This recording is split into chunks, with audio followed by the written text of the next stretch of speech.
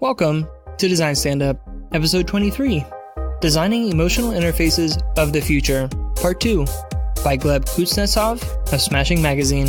And I'm Ryan Stone, your host and fellow UX designer. Welcome to the show, if it's your first time listening. Here at Design Stand-Up, I'm partnering with top blogs in the design industry to read you well-crafted articles from the best in the biz. My goal is to help you learn about design on the go, so you can spend less time staring at a screen and more time doing what you love. Today, Gleb of Smashing Magazine finishes his thoughts on how interfaces will look like and what sort of extraordinary experiences we can expect in the near future. So without further ado, let's stand up. Designing Emotional Interfaces of the Future, Part 2, by Gleb Kuznetsov of Smashing Magazine. Advanced Personalization. Personalization in digital experience happens when the system curates the content or functionality to users' needs and expectations in real time. Many modern mobile apps and websites use the concept of personalization to provide relevant content. For example, when you visit Netflix, the list of movies you see is personalized based on your interests. AR glasses allow creating a new level of personalization. Since the system sees what the user sees, it's possible to utilize this information to make a relevant recommendation or provide additional information in context. Just imagine that you'll soon be wearing AR glasses and the information that is transferred to your retina will be tailored to your needs. Here's a foretaste of what's in store for us. Moving from augmented reality towards virtual reality to create an immersive experience. AR experience has a natural limitation. As users, we have a clear line between us and content. This line separates one world, AR, with another, the real world. This line causes a sense that the AR world is clearly not real. You probably know how to solve this limitation, i.e., with virtual reality, of course. VR is not exactly a new medium, but it's only been in the last few years that technology has reached a point where it allowed designers to create immersive experiences. Immersive VR experiences remove the barrier between the real world and digital. When you put on a VR headset, it's difficult for your brain to process whether the information that you are receiving is real. The idea of how VR experiences can look in the nearest future is well explained in the movie Ready Player One. Here's what designers need to remember when creating immersive virtual experiences. Number 1. Write a story. Meaningful VR has a strong story at its core. That's why, before you even start designing for a VR environment, you need to write a narrative for the user journey. A powerful tool known as a storyboard can help you with that. Using a storyboard, it's possible to create a story and examine all the possible outcomes.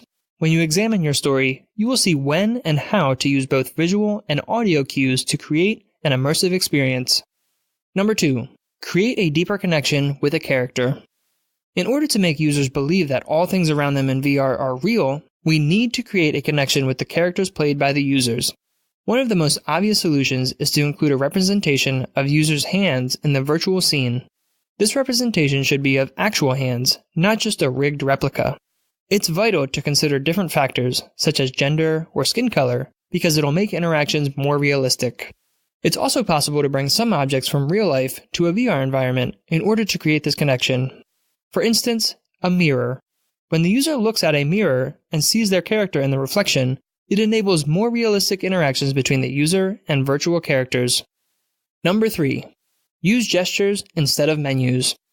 When designing immersive VR experiences, we can't rely on traditional menus and buttons. Why? Because it is relatively easy to break a sense of immersion by showing a menu. Users will know that everything around them is not real. Instead of using traditional menus, designers need to rely on gestures. The design community is still in the process of defining a universal language for using gestures, and taking part in this activity is a fun and exciting exercise. The tricky part is to make gestures familiar and predictable for users. Number 4. Interact with elements in the VR environment. To create an environment that feels real, we need to give the user the ability to interact with objects in that reality. Ideally, all objects in the environment can be designed in a way that allows users to touch and inspect them. Such objects will act as stimuli and will help you create a more immersive experience. Touch is extremely important for exploring the environment. The most important information that babies get in the first days is received through touch. Number 5. Share emotion in VR. VR has a real opportunity to become a new level of social experience. But to make it happen, we need to solve one significant problem. bringing the nonverbal cues into the interaction. When we interact with other people, a significant part on information that we get comes from body language. Surprise, disgust, anger, all these emotions are in our facial expressions, and during face-to-face interactions, we infer information from the eye region. It's important to provide this information when people interact in a VR environment to create more realistic interactions. The good news is that the head-mounted devices, or HMDs for short, will soon cover emotional recognition. Almost any area of human-to-human interaction will benefit from facial expressions in VR. Number 6. Design sound and music suitable for a VR environment. Audio is a huge component of the immersive experience.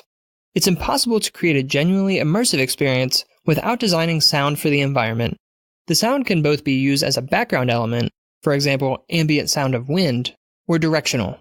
In the latter case, the sound can be used as a cue by playing with directionality, where the sound comes from, and distance. It's possible to focus user attention on particular elements. When it comes to designing audio for VR, it's essential to make the sound 3D. 2D sound doesn't work for VR very well because it makes everything too flat. The 3D sound is the sound that you can hear in every direction around you. Front, behind, above, and beyond. All over the place. You don't need specialized headphones to experience 3D sound. It's possible to create it using standard stereo speakers of HMD. Head tracking is another critical aspect of good sound design. It's vital to make sounds behave in a realistic manner. That's why, when a user moves his head, the sound should change according to the head movement. And number 7, prevent motion sickness.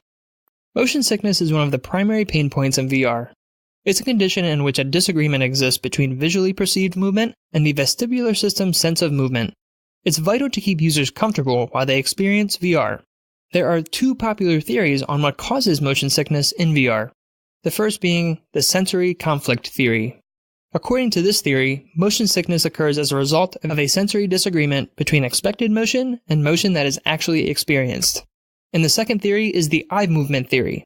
In the book, the VR book, Human-Centered Design for Virtual Reality, Jason Gerald mentions that motion sickness occurs because of the unnatural eye motion that is required to keep the scene's image stable on the retina. Here are a few tips that will help you prevent users from reaching for the sick bag. Physical body movement should match with visual movement. Sometimes, even a small visual jitter can have an enormously negative impact on the experience. Let users rest between moving scenes. This is especially important when the VR experience is really dynamic. And reduce virtual rotations. Conclusion. When we think about the modern state of product design, it becomes evident that we are only at the tip of the iceberg because we're pretty limited to flat screens. We're witnessing a fundamental shift in human-computer interaction, rethinking the whole concept of digital experience. In the next decade, designers will break the glass, the era of mobile devices as we know them today, and move to the interfaces of the future, sophisticated voice interfaces, advanced ARs, and truly immersive VRs. And when it comes to creating a new experience, it's essential to understand that the only boundary we have are our brains telling us it's got to be how it's always been. You just listened to the post titled Designing Emotional Interfaces of the Future, Part 2, by Gleb Kuznetsov of Smashing Magazine. If you want to learn more about Gleb and read some of his other amazing design articles, just press the link in the show notes or head over to Smashing Magazine at smashingmagazine.com. And don't forget, if you enjoy the show, make sure to head over to Apple or Google Podcasts and leave a quick rating or review. I'd love to hear your feedback. Well, that's all I have for you today, guys. It's been a pleasure. Until next time, fill up those coffees, turn up those tunes, and let's design a better world.